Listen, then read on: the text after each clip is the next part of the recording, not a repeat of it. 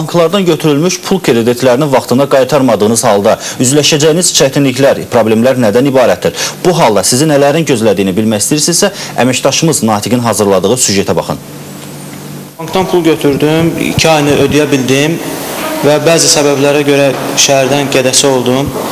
Sonra qaydandan sonra işsiz qaldım. Ona görə banka pulu ödəyə bilmədim. İndi də bilmirəm, axırı nə olacaq? Adının gizli qalmasını istəyən bu şəxs bankdan götürdüyü 3000 manat krediti ödəyə bilmir. 12 ay 275 manat ödəniş etməli olduğu halda o yalnız 2 ayın ödənişini, yəni 550 manat ödəyib. Onu narahat edən isə 2750 manat kreditinin aqibətidir, hansı ki ödəmək iqtidarında deyil. Apardığımız araşdırma zamanı öyrəndik ki, hər bir bank borc alanın gecikdirdiyi ödənişin hər ayına görə həmin şəxsə bildiriş göndərməli və bu cür davam eləyəcəyi təqdirdə bankın kredit götürən şəxsi məhkəməyə verəcəyini bildirməlidir. Əgər bu hal mütəmadi olaraq davam edirsə, kredit verən bank 6 ay sonra borc alan şəxsi məhkəməyə verməlidir. Müştərinin həqiqətən də faktiki olaraq ödəmə mənbəyi olub-olmadığını müəyyənləşdirir. Əgər varsa, müəyyən qanunvericilik əsasında həmin ödəmə formasının müştəriyə hissə ödəmə formasını öz üzərindən götürməyə məcbur edir.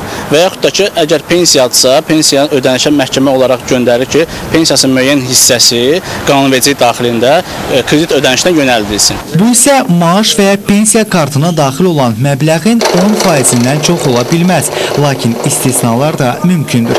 Əgər kredit alan şəxs bütün bunlara baxmayaraq onun ödənişindən boyun qaçırırsa, artıq o məsuliyyətə cəlb olunur. Əgər borclu qəsdən bu borcu ödəməkdən yayınırsa, sözsüz ki, icra qurumunun əsaslandırılmış təqdimatı əsasında məhkəmənin qərardadı ilə borclu ilk növbədə 500 manatdan 1000 manata qədər cərimə edilir və yaxud da 15 günə qədər inzibati həbs nəzərdə tutulub.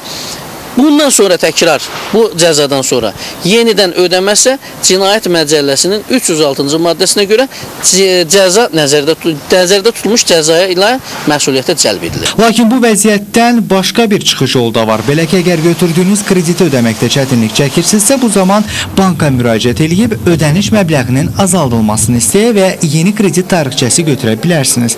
Əsas isə odur ki, bir vaxtlar bəhbəhlə götürdüyünüz krediti çətinliklə də olsa tez geri qaytara biləsiniz.